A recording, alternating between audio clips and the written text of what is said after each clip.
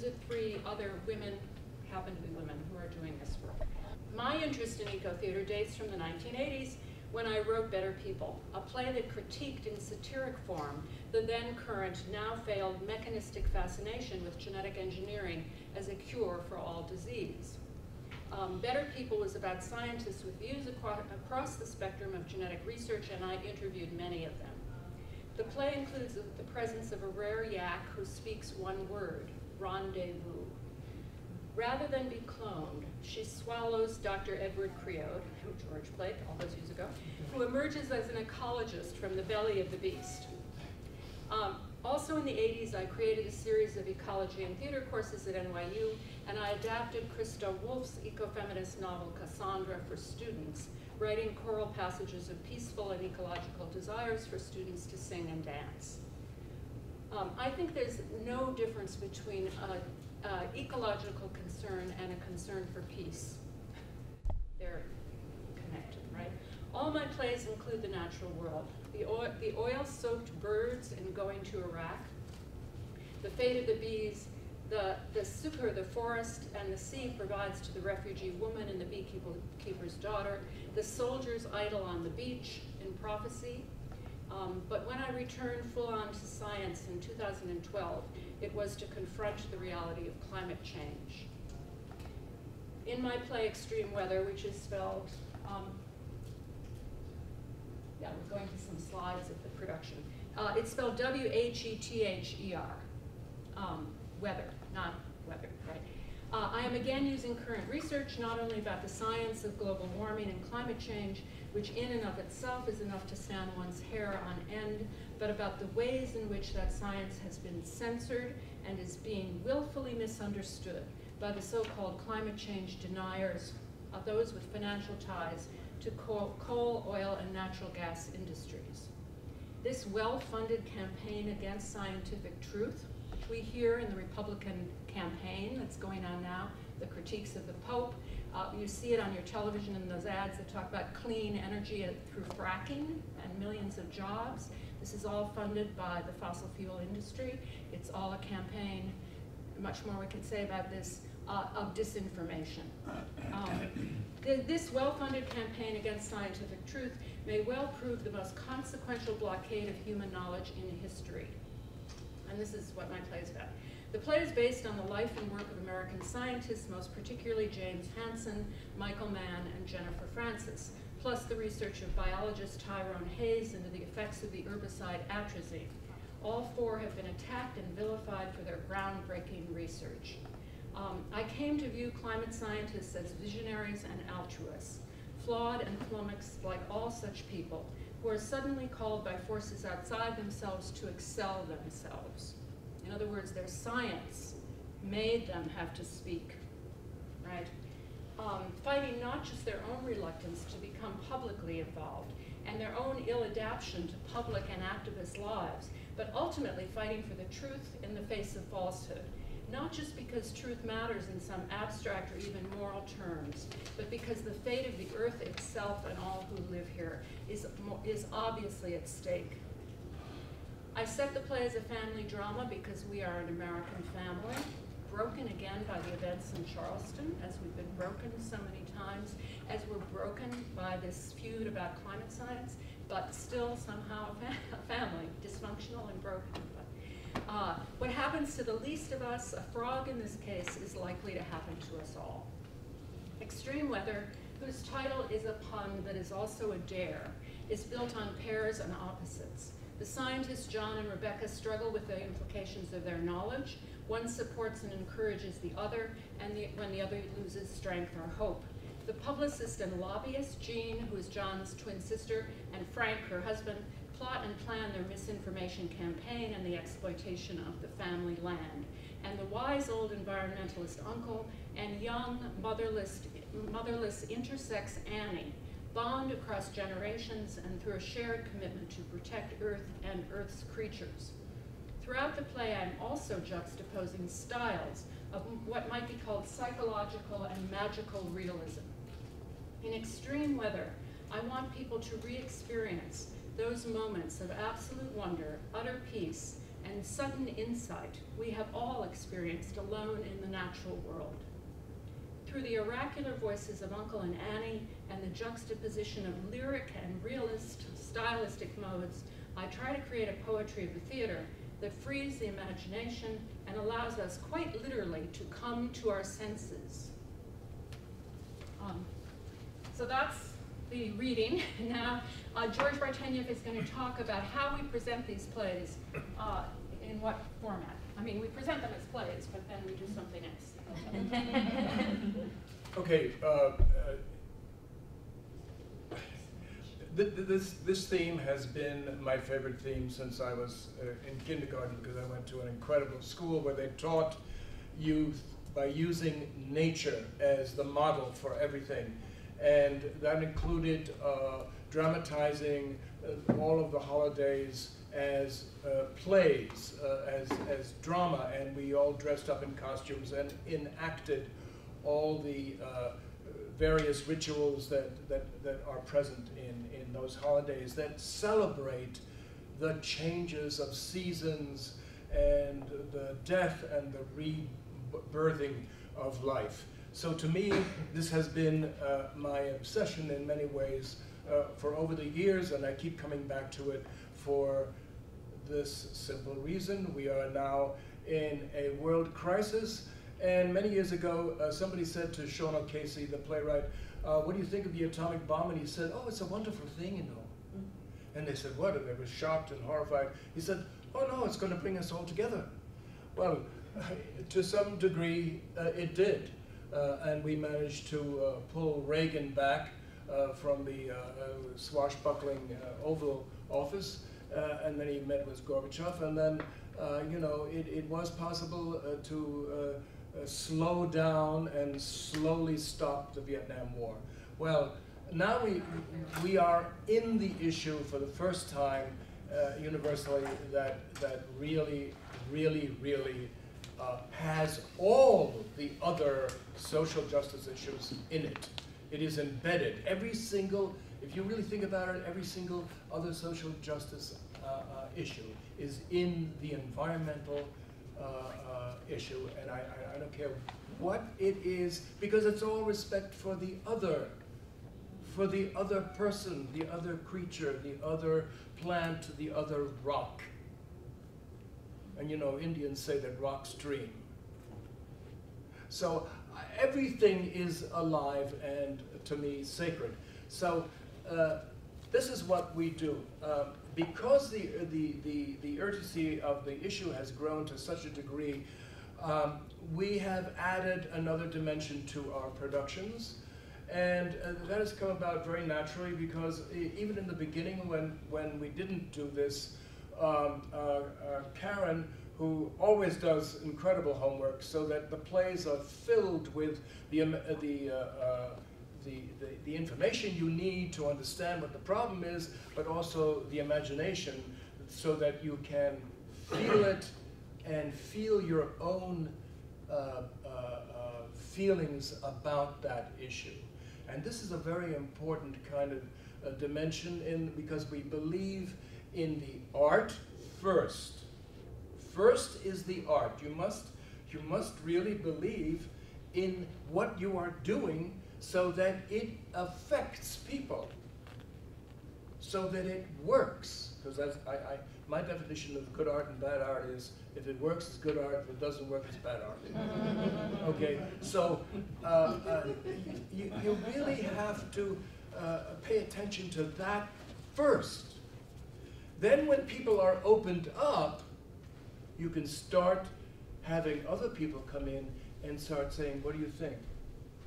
And now, you know, I'm going to tell you a few things that I know, because I've been out in the field trying to do something about it, and I'm an expert in this particular focus of the issue and this particular focus, and that's what we do. So every performance, we have somebody, and those two scientists that she mentioned, they came to see early readings of the play, and that's what you have to do. You have to engage the people, and the people that you're writing about, the communities that you're writing about, engage them from the very beginning, before the project is even finished. you want to say? Because then they can do a little, so they can make some suggestions. George, I'm just worried of time. Yeah, okay. So, anyway, Festival of Conscience. what? Yes, the Just Festival say of the Festival of Conscience is the way that we do it so that the play goes into another dimension when it gets to the speaking. We call it the Festival of Conscience, and we have all these people from different, so the audience really dialogues and even argues and so on. And now it is my great pleasure to introduce tonight's speaker, Dale Jameson, who's written He's a very powerful book, Reason in a Dark Time. Mr. Jameson. Thank you.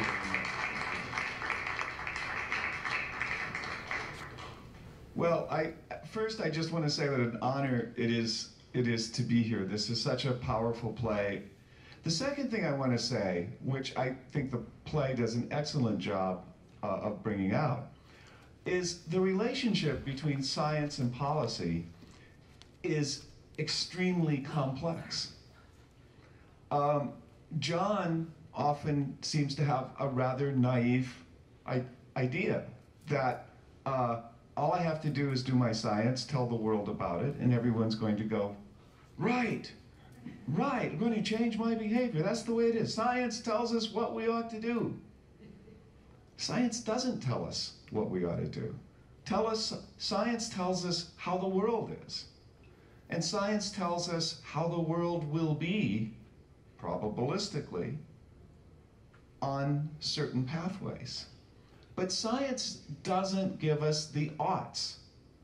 It doesn't tell us what we ought to do. It doesn't tell us how we ought to live. And it doesn't tell us what kind of world we ought to be leaving our children and our grandchildren. There's always that gap between what the science can do and what we have to do.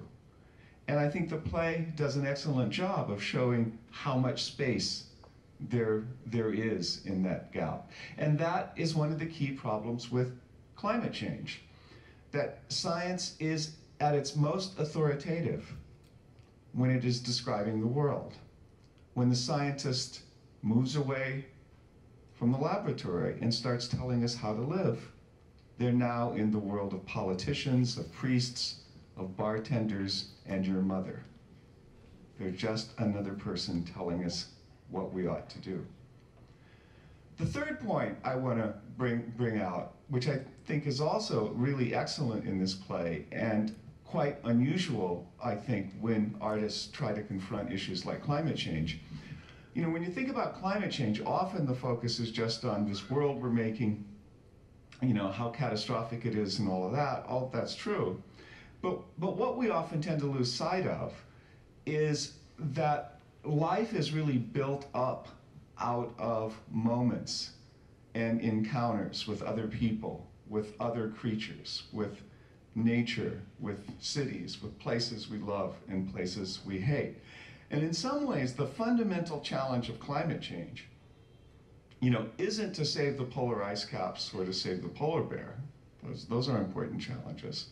But the fundamental challenge is to how to find meaning in a world that is undergoing this rapid change. And so I very much like the character of Uncle, for example, because in a way, Uncle would be Uncle and living his life whether climate change was happening or not.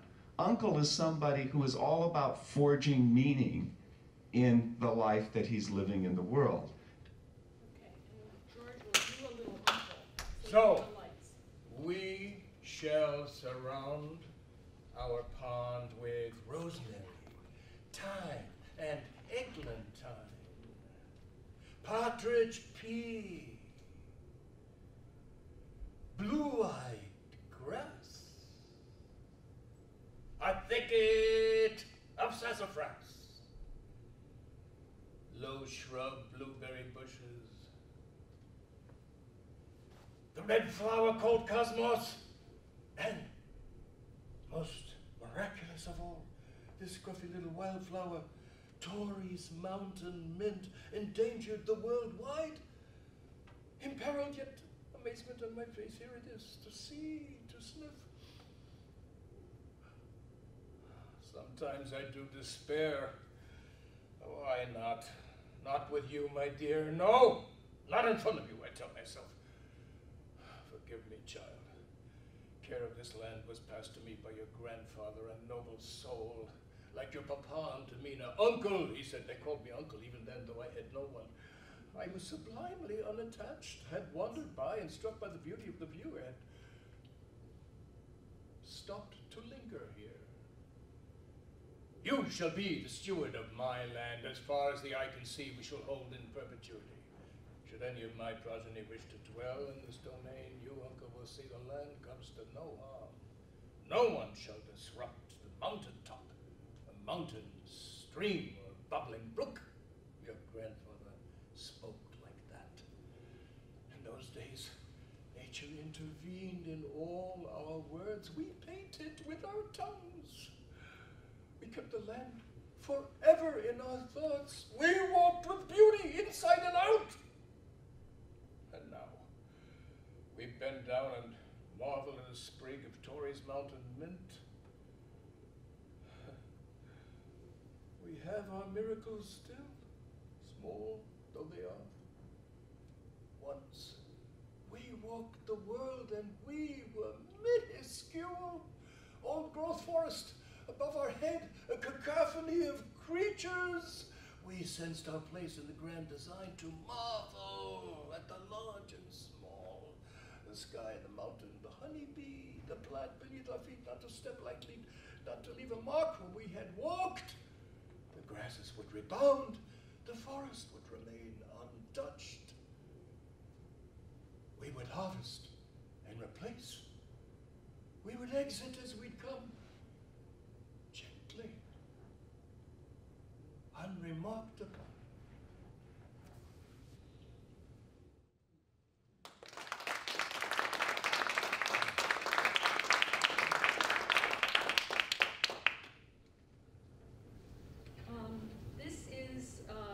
These are two short. I hope they can get this to a broader audience, because it makes a lot of valid points, and it does it in a more entertaining way than usually this subject.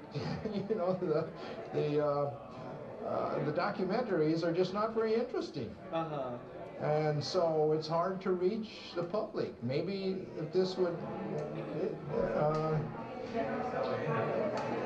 maybe this could take off and reach a bigger audience. But what do you think was the most poignant part of the play, as far as reaching people about how important this topic is? Well, I think it's actually the love of nature. The girl,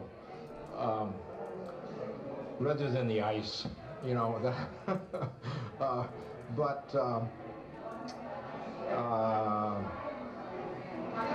But it was, you know, it's a combination of all these different characters bringing in.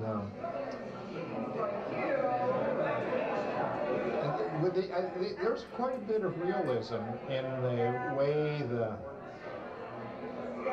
fracking and everything is brought in, and on the other hand, what it's competing against. And you have to have a love of nature, or it's hard to be concerned about the problem on the short run, because the biggest problems in this are things that will happen over the time scale of decades and centuries, when the ice sheets run out of control. We can't say how rapid that's going to be, although it's looking more and more rapid as we see what's happening around Antarctica. But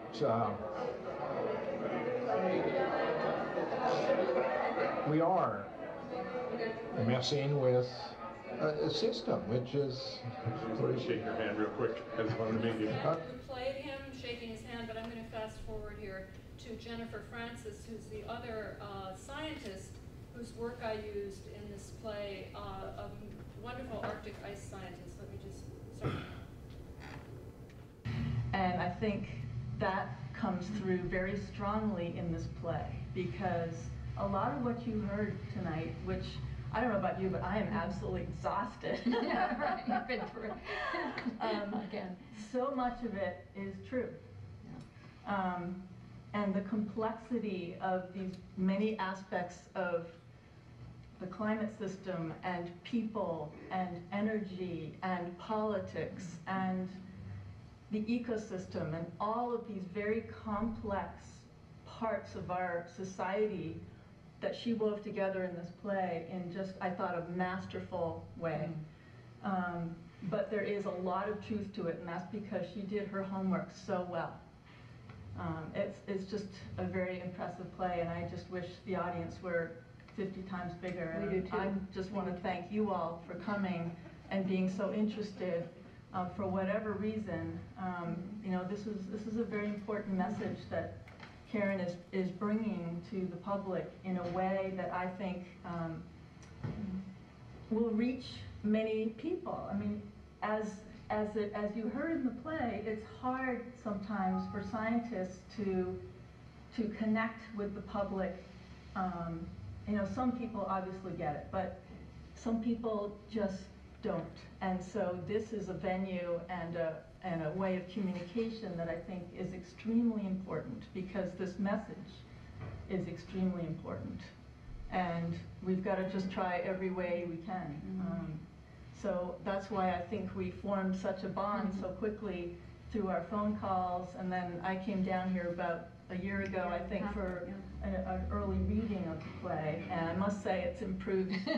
It was great then, but it was even better tonight. And I just want to thank you, Karen, for doing this amazing work. So Thank you. let's see.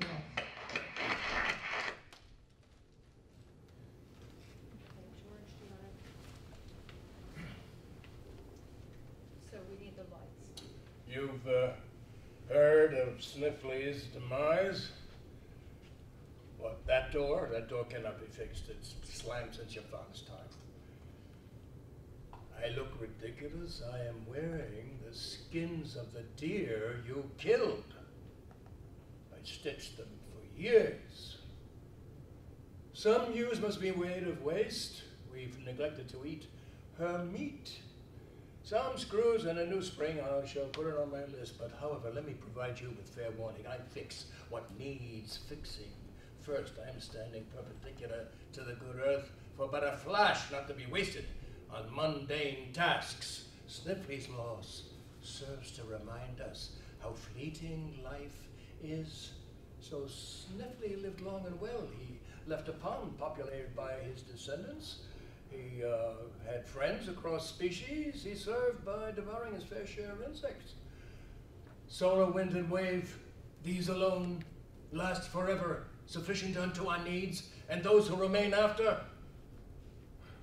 Soon as Sniffly has been mourned, I shall return to my last great project upon the hill. Yes, John, great project, I tell you. I shall not be moved. I saw surveyors up there in hard hats with Frank, but it is a little matter. I, John, am constructing a wind turbine farm on the northwest corner. Not only this small domain, but that whole town below will be able to survive on nature's endless bounty alone. A beacon to all. The solar panels on the roof were the cause of my last lameness, and the wind turbines on the hill will be the source of my death. But the wind will blow for eons and eons. Eternity will be here on earth where it belongs.